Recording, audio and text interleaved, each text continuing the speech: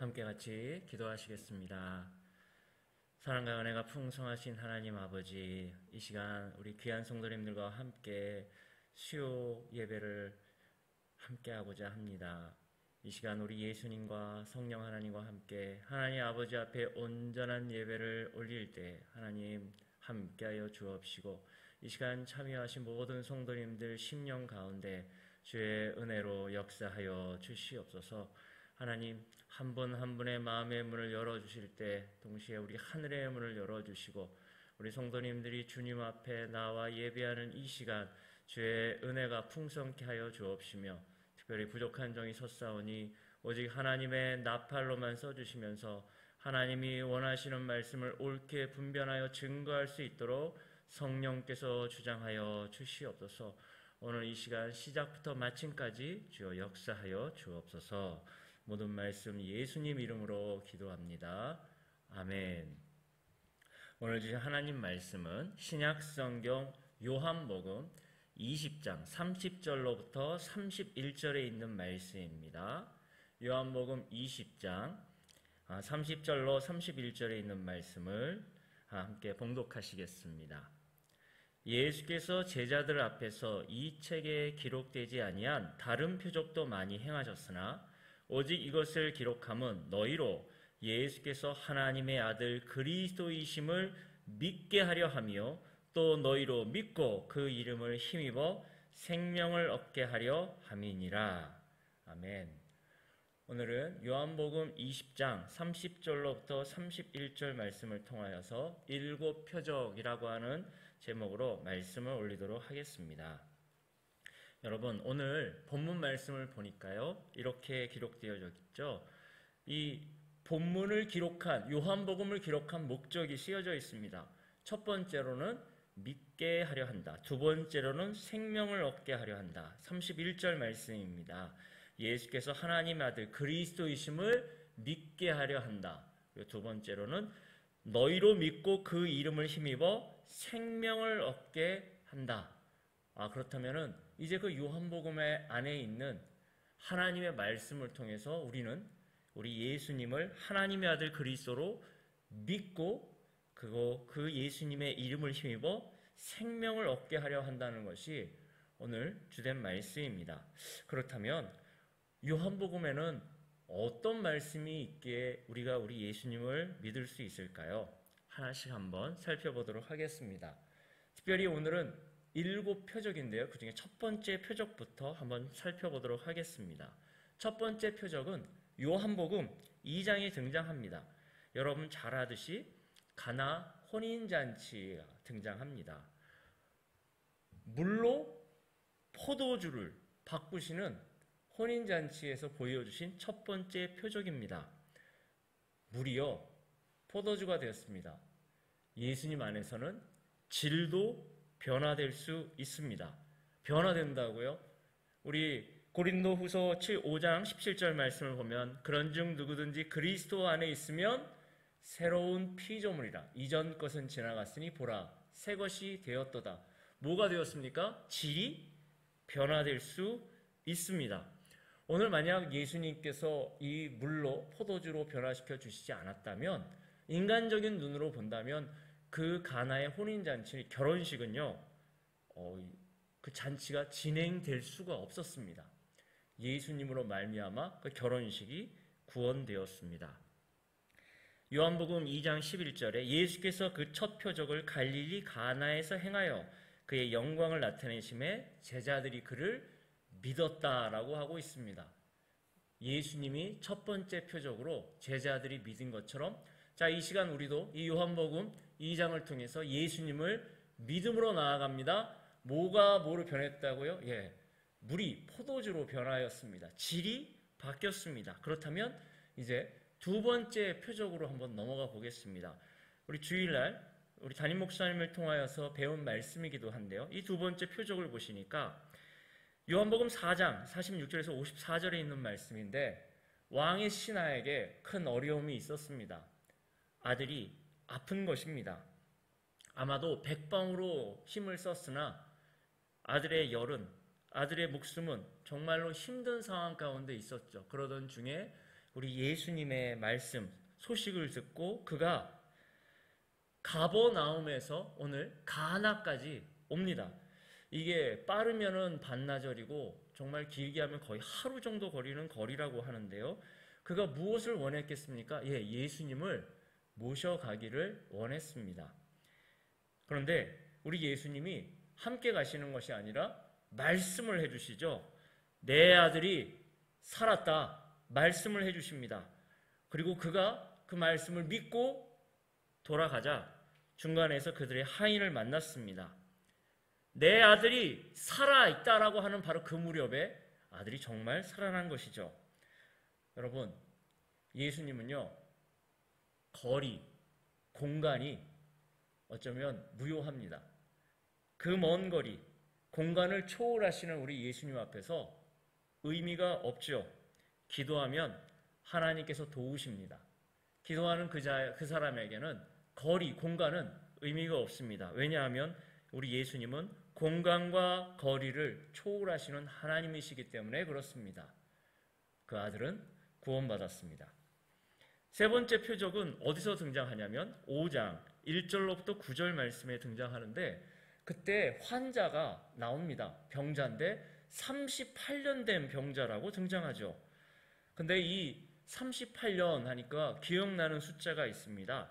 이스라엘 광야 기간 동안 허비되었던 시간이기도 합니다. 신명기 2장 14절 말씀을 보니까 이 가데스 바냐에서 떠나 시렛 시내를 건너기까지 38년 동안이라. 이때는 그 시대의 모든 군인들이 여호와께서 그들에게 행세하신 대로 진영 중에 다 멸망하였다. 38년, 한 세대가 완전히 사라질 만한 시간. 여러분, 그 38년이라고 하는 그 시간, 어쩌면 의지가 꺾이고 포기가 되는 시간, 절망의 시간, 양문 곁에 베데스다 목가 행각에 누운 이 38년 된 병자는 일어날 수가 없었습니다. 그 시절은 유대인의 명절이었는데 그는 율법을 지키고 싶어도 지킬 힘이 없던 사람이었습니다. 원래 유대인의 명절이라면 성인 남성은 다 하나님의 성전에 가 하나님 앞에 예배를 드리며 그 명절 동안 즐거워하고 기뻐해야 했지만 그는 할 수가 없었습니다. 왜요? 38년 동안 그는 환자였기 때문입니다. 모든 것을 포기할 만한 기간이기도 하지요. 그 병이 오랜 줄 아시고 예수님이 물으십니다. 내가 낫고자 하느냐? 그 포기되어진 마음, 어쩌면 절망 가운데 누워있는 그 사람에게 믿음을 허락하시죠. 내 자리를 들고 일어나라. 그가 일어납니다.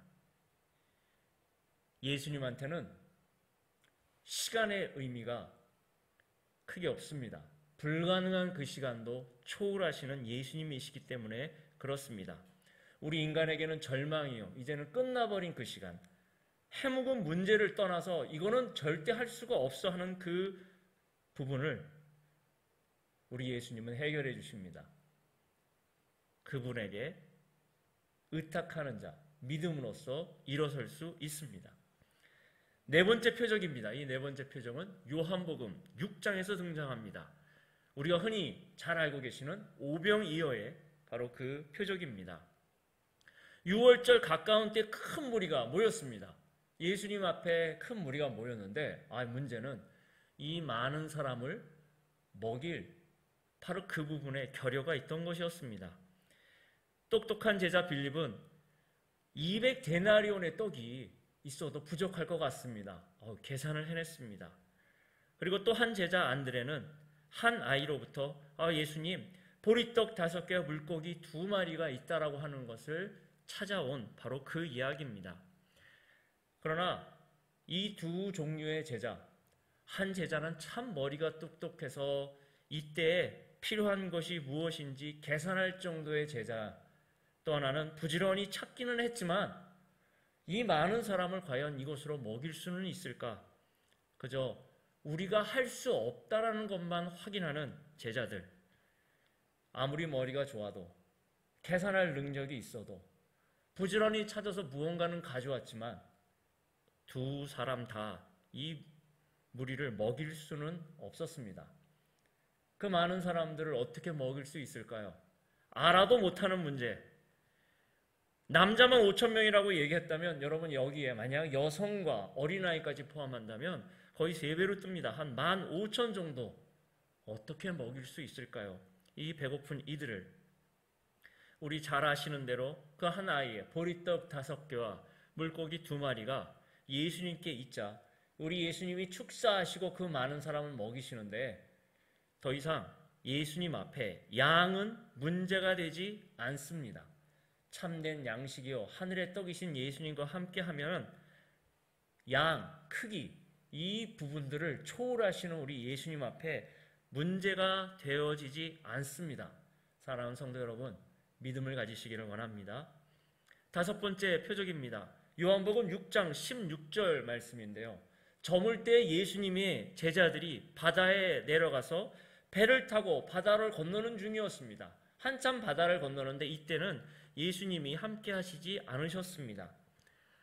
큰 바람이 불고 파도가 치고 무서운 상황. 이들은 분명히 어부 출신이 많기 때문에 배를 젓는데 익숙했던 사람들입니다. 그러나 그들이 이제 이 순간만큼은 어찌해야 할 줄 모르는 굉장히 위험한 상황, 아무도 도와줄 수 없는 그 상황, 그 무시무시한 자연의 파도 앞에 누가 그들을 도와줄 수 있을까요? 인간의 범위를 훨씬 넘어선 이 자연의 무서움.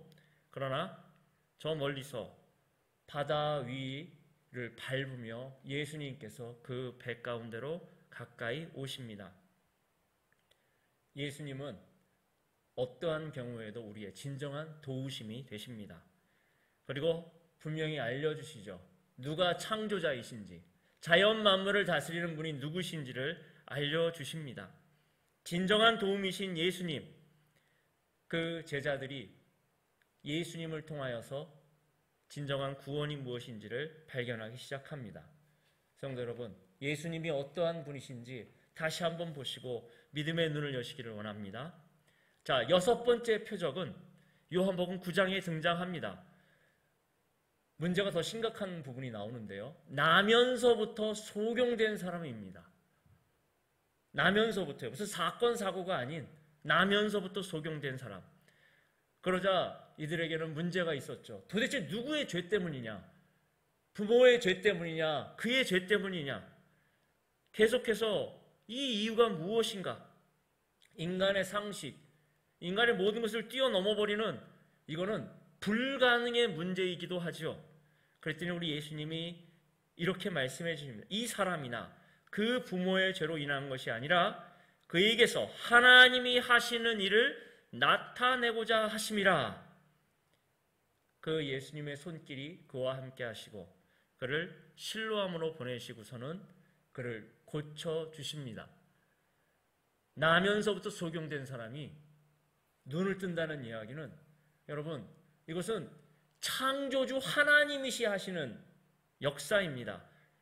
절대 해결할 수 없는 영역을 창조주이시기 때문에 해결해 주시는 예수님, 주님 앞에 불가능은 존재하지 않습니다. 자, 마지막으로 7째 표적입니다. 나사로의 사건입니다. 죽었습니다. 나사로가. 죽음은 삶의 마지막 절망이라고도 하죠. 쉽게 낫지 않았던 병들었던 나사로, 그의 자매들은 예수님이 빨리 오셔서 고쳐주시기만을 원했습니다. 요한복음 11장 3절 보시면은 사랑하시는 자가 병들었다. 예수님이 사랑하시는 그 나사로인데요. 병이 들었다고 합니다. 그럼 여기서 우리는 한 가지 확실히 하나 짚고 넘어갈 게 있습니다. 하나님이 사랑하시는 그 사람도 아플 수 있다는 것입니다. 근데 요한복음 11장을 보시면은 이게 예수님이 빨리 안 가세요. 이상하다. 예수님이 사랑하는 자가 아프시고 그렇다면 우리 예수님 빨리 가서 고쳐주셔야 될 것 같은데 안 가시고 예수님이 도착하셨을 때에는 여러분 죽어서 무덤에 들어가서 냄새가 날 지경이라는 바로 그 시간대에 예수님이 오셨습니다. 인간의 마지막 절망. 이거는 불가능을 넘어선 아예 아무것도 할 수 없는, 피할 수 없는 죽음. 왜 예수님은 그 사랑하는 자의 죽음을 보셔야만 했을까요? 죽음을 이기시는 예수님을 보여주셔야 하기 때문입니다. 나는 부활이고 생명이라고 하는 우리 예수님, 그 예수님이 이렇게 무덤을 향해 선포하시죠. 나사로야 나오너라. 나사로가 나왔습니다. 생명이신 예수님. 오늘 요한복음의 기술의 목적이 우리 예수님이 하나님의 아들 그리스도이심을 믿게 하고 그 믿은 그 예수님을 통해서 생명을 얻게 하는 것이 목적이라고 말씀드렸습니다. 여러분 7개의 표적을 보면서 우리 예수님이 하셨던 것들을 바라보며 어떤 믿음이 여러분 가운데 와 부딪히셨나요? 생명이신 예수님을 만나기를 주님의 이름으로 축복합니다. 자, 이제 말씀을 마지막으로 정리해 보시기 전에 다시 첫 번째 표적으로 한번 돌아가 보도록 하겠습니다. 첫 번째 표적을 보시기 전에 여러분 요한복음 1장 1절부터 시작되어지면은 아주 독특한 날짜 표현이 등장합니다. 1절에 태초에, 여러분 이거 어디서 많이 보신 단어 아닙니까? 창세기 1장 1절입니다. 태초에 하나님이 천지를 창조하시니라. 그래서 요한복음에 29절, 35절, 43절 보시면은 이튿날, 또 이튿날, 이튿날 이렇게 날짜가 등장합니다. 자, 여러분, 그리고서 2장 1절 가나 혼인잔치 시작되는 2장 1절은요 사흘째 되던 날 하고서는 그 바로 혼인잔치의 시작을 알리고 있습니다. 왜 날짜를 이야기하냐고요? 태초, 이튿날, 또 이튿날, 이튿날, 사흘 되던 날, 하루, 이틀, 사흘.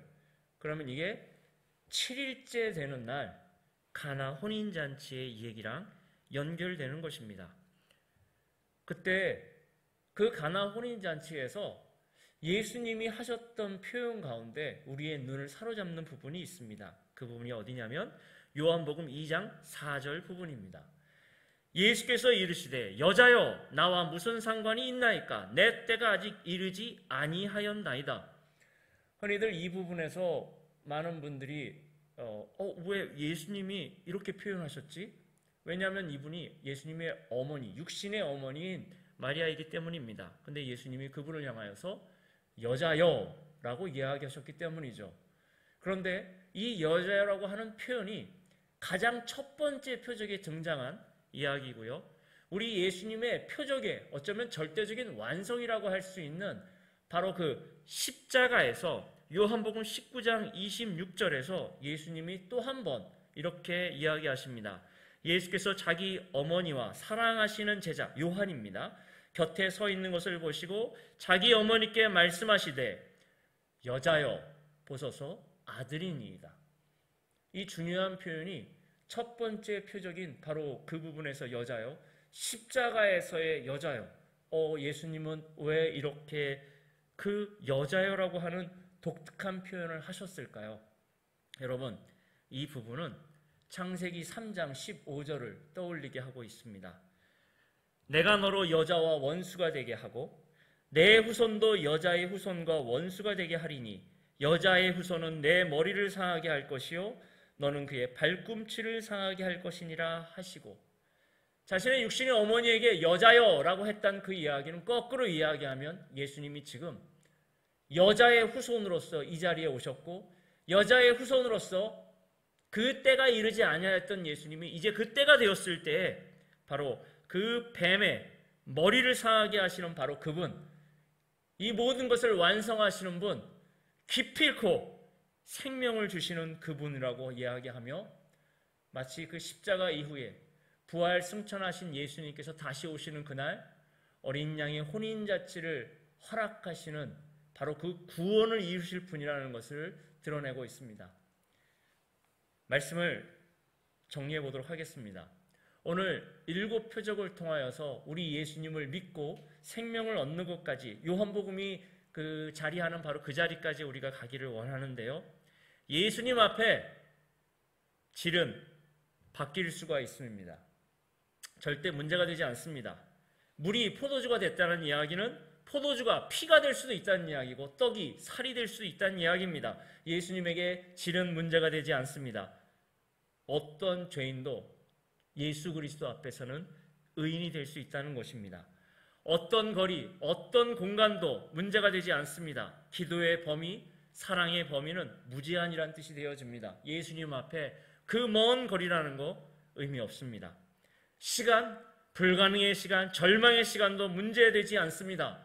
가장 중요한 것은 누구와 함께 하느냐가 가장 중요한 문제입니다. 양도 문제가 되지 않습니다. 하늘의 양식을 주시는 우리 예수님을 바라보시기를 원합니다. 그 조그만 양도 그 어마어마한 사람을 먹일 수 있다면 더 이상 그 양도 문제가 되지 않는다는 것입니다. 자연 만물을 지으시며 사람을 창조하신 분이 누구신지를 기억하시기를 원합니다. 우리 예수님은 창조주 하나님이십니다. 예수 그리스도 안에서 이 창조하신 하나님을 만나시기를 원합니다. 죽음을 이기시고 영생을 주시는 분이 누구십니까? 생명의 주관자가 누구이십니까? 사랑하는 성도 여러분, 우리 주 예수 그리스도 안에서, 주 안에서 소망을 가지시기를 원합니다. 진실로 예수 그리스도를 믿고 예수 안에서 생명을 소유하시는 귀한 우리 성도님 되시기를 주님의 이름으로 축복합니다. 사랑하는 성도 여러분, 때로는 시대가 힘들고 어렵다 할지라도 오늘 이처럼 그 어떤 것도 뛰어넘으실 수 있는 질의 문제, 거리의 문제, 시간의 문제, 양의 문제, 자연 만물, 그리고 불가능의 문제, 죽음의 문제까지도 뛰어넘으시는 예수님 안에서 소망을 붙드시고 승리하시는 귀한 성도님 되시기를 주님의 이름으로 축복합니다. 아멘. 함께 같이 기도하시겠습니다. 하나님 아버지, 말씀을 증거하였습니다. 행여라도 인간의 것이 섞였다면 용서하여 주시고 우리 귀한 성도님들의 심령에는 주의 말씀이 심겨지게 하시고 자라게 하시고 열매 맺게 하시고 오늘 귀한 우리 예수님께서 드러내신 7 표적을 통하여서 생명을 주시는 우리 예수님 믿음을 갖고 만나기를 원하오니 함께하여 주시옵소서. 모든 말씀 예수님 이름으로 기도합니다. 아멘. 주님 가르쳐 주신 기도로 마치겠습니다. 하늘에 계신 우리 아버지여, 이름이 거룩히 여김을 받으시오며 나라의 임하옵시며 뜻이 하늘에서 이루어진 것 같이 땅에서도 이루어지이다. 오늘날 우리에게 일용할 양식을 주옵시고 우리가 우리에게 죄 지은 자를 사하여 준 것 같이 우리 죄를 사하여 주옵시고 우리를 시험에 들게 하지 마옵시고 다만 악에서 구하옵소서. 대개 나라와 권세와 영광이 아버지께 영원히 있사옵나이다. 아멘.